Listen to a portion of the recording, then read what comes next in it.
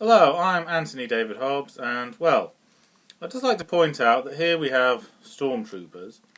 Now, in the original trilogy, no, in the prequel trilogy, they were clone troopers, or clones, yeah, who went on to become stormtroopers. In the original trilogy, they were not clones; they were people dressed in their space armor suits, yeah, and but then in 2000 they were trained in an Imperial Academy.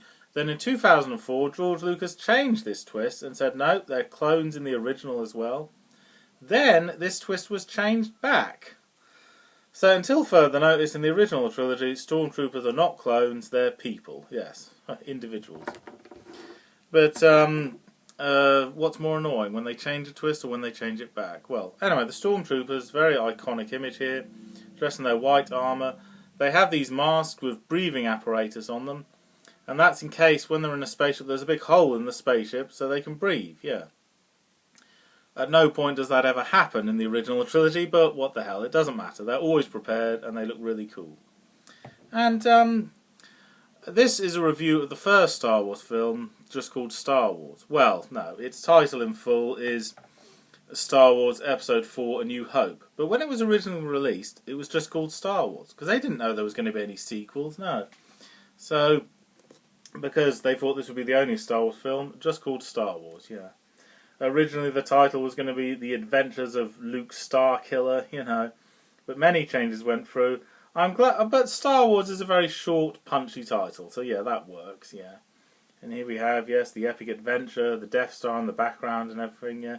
This image perfectly captures what the movie's all about. And my earliest memory of Star Wars was when I was 4.5. It was shown on TV, because I hadn't been born when it was originally shown.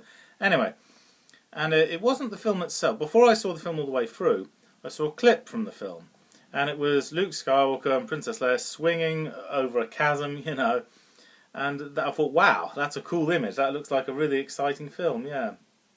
And for me, the daring swing over the Death Star chasm, that sums up what the whole film is about. It's like an exciting ride. It's loads of fun, yeah. No boring bits, no filler, no bits to fill in extra time.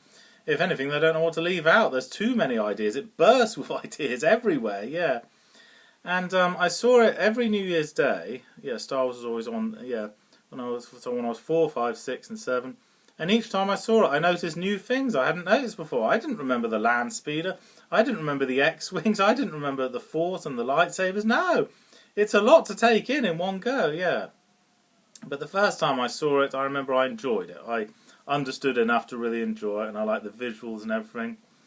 And when I was only 4 years old, I thought these spaceships were really real.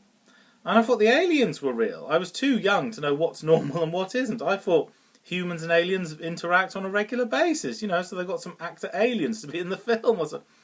Yes, then of course, when I was about 7.5, I realised, no, the aliens are not real. I knew the spaceships and aliens were not real, but I enjoyed it, yes. Whether you believe it's real or not, you still enjoy it, yes. And I remember when I was about 7, this is like the 4th time I saw it, I assumed that Princess Leia knew the heroes right from the start, because that's what I was familiar with. The heroes know each other right from day one. And that Princess Leia is really sad when the planet Tatooine is blown to bits, because her friends were on that planet and they were destroyed. Oh no, she's really upset, yeah. They're not really blown up, they were in a spaceship at the time, yeah.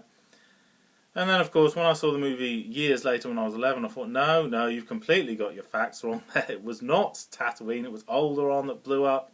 She was not sad because of the possibility of them being dead, because she doesn't know who Luke or Han are at this point. She doesn't know who they are, yes. They all have to be introduced later. And that was unusual. And speaking of unusual, here we have the hero, Luke Skywalker, and his nemesis, Darth Vader. At no point in the film do they meet. He fights Darth Vader's people. He briefly glimpses Darth Vader, but that's about it. At no point do they meet face to face. No. And again, that's very unusual. The hero always confronts his nemesis in a classic adventure film. That's sort of like the rule. But Star Wars was a little bit different, yeah. But we now know that because George thought or hoped there would be sequels, that yes, they get to meet each other properly later. But no, they never exchange a word in the original film, yeah. And I remember a friend of mine who was a bit older than me, and he saw Star Wars when it was brand new. He thought in the opening sequence the stormtroopers were the good guys, killing the rebel troopers with like the grey helmets and stuff. Because you don't know, do you? You've never seen it before. How you know? So he just guessed they were the good guys. Found out later they weren't. Well, I hate to brag, but when I was 4.5, I knew they were the bad guys straight away. Well, I mean, look at them. They look like skeletons from the depths of hell, and this permanent scowl on the face of their arm on the masks. Yeah, it's pretty obvious they're evil right from the start. It's a very visual film. Yes, a lot of imagery. Yeah, Darth Vader. I pretty much knew he was a bad guy right from the start. Not so much from the armour or the look of his mask, no, it was the creepy breathing that made it very clear this is a bad guy. Yeah, he's a bad man. And the Force and the lightsabers, there is a scene where Luke Skywalker uses a lightsaber for the first time, so it extends like that. And, well, basically, Obi-Wan explains what it is, because at this point in the story, Jedi are thought to be extinct. A lot of people have never seen or even heard of them, yeah. So Obi-Wan explains what Jedi are, what the Force is, and explains what a lightsaber is. And of course, because this is the first ever Star Wars film, so the audience don't know what it's all about, so you have to explain to them as well, yeah. But it doesn't patronise you, it explains it all in a subtle way. But for me, the appeal of Star Wars, it has all the elements from all the best films put into one story. We have the Death Star battle, that's like World War II dogfight. We have lightsaber fighting, that's like sword fighting from medieval things and from musketeer films. We have a non-stop shooting of blasters, that's like cowboys, westerns, the blasters are a blast. Oh, good pun there, blasters, yeah. And of course we have the scene in the cantina, which is that's like cowboy times, like in a saloon, yeah. And also to some extent the mystical fighting style of the Jedi, that's like samurai or ninjas, yeah. So George Lucas got all the bits from all his favourite films and put them in one story, yes, to make the definitive adventure film. And although it is fantasy, there's no cheesiness, all the acting is held up, yeah. So has Star Wars aged well? Well, the special effects still look quite impressive even today. The acting is still held up, that's really good, yeah. There's something else that makes it a bit dated. Too many male characters. Oh, we have Princess Leia, the strong-willed senator from Alderaan, but there's just nothing but male characters everywhere. Oh, we have Aunt Beru, but that's only like a small part. There's no lead characters that are female. It's just nothing but males everywhere. It's ironic, really. It's supposed to be this really advanced civilization, but they haven't gotten up to date with, equality and political correctness. But it was the 70s. They didn't know any better. It was just, now it would be seen as presumptuous, but back then it wasn't presumptuous to say that it's a male-dominated society. Yes, so they have updated that with the more recent Star Wars films, yeah. And for me, another quite moving moment is when Luke Skywalker looks at the two suns setting outside his home. His uncle and aunt have forbidden him to go and join the academy and become a hero, so he's like depressed, and he looks at the sun setting and looks beyond the horizon, and you can feel this longing inside him. Is this it? Is this all there is? Is there nothing more? When am I going to have adventures? I long to explore, and go on great adventures and stuff, yeah. There's no dialogue in that small scene when he watches the sunset. No. It's all told visually. There is a lot of dialogue in Star Wars, yes, but there's also a lot of bits where it's told visually. Yeah. So yes, every kind of storytelling is put in one film. Yeah, and the characters develop. Luke Skywalker isn't really much of a hero at all. For a start, he doesn't have any weapons or anything. He just likes wasting time with his friends at Toshi Station. And. But gradually, as the story progresses, at one point he's hesitant, isn't sure if he wants to be a hero, and then he's given the motivation because his uncle and aunt are killed by stormtroopers, so now it's personal. He definitely wants to be a hero now. He learns how to fight with a lightsaber, he learns new fighting skills and everything, and proves himself as a great hero at the end. Han Solo starts out as just a pure mercenary, only interested in money, but he does help Luke save the princess, and then eventually, after a lot of persuasion, he joins in the Death Star battle. So yes, his character comes through as well, yes. Princess Leia, however, is a hero right from the start, dedicated to her cause. Yeah, so okay, yeah. And at first she's just this helpless prisoner, but when she gets free, oh yeah, she really shines then. She joins in the fighting and everything, yeah. And also, when you first see Star Wars, you just think it's a load of random events that happen in no particular order, yeah.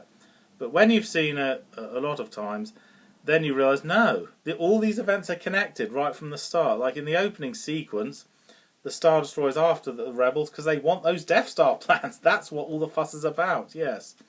The Death Star can destroy an entire planet. It is the ultimate power in the universe. But I wouldn't say that in front of Darth Vader. He says, no, the Force is the ultimate power in the universe. There's no two ways about that, yeah. And, so I think Star Wars, although there is some sad bits, mostly it's like feel-good factor. It's like being inside a dream or something. It's very well done, and it leaves you feeling good afterwards, yeah. And it's a non-stop excitement, non-stop feel-good factor story, yeah. Okay, I'll end with a bit of philosophy here.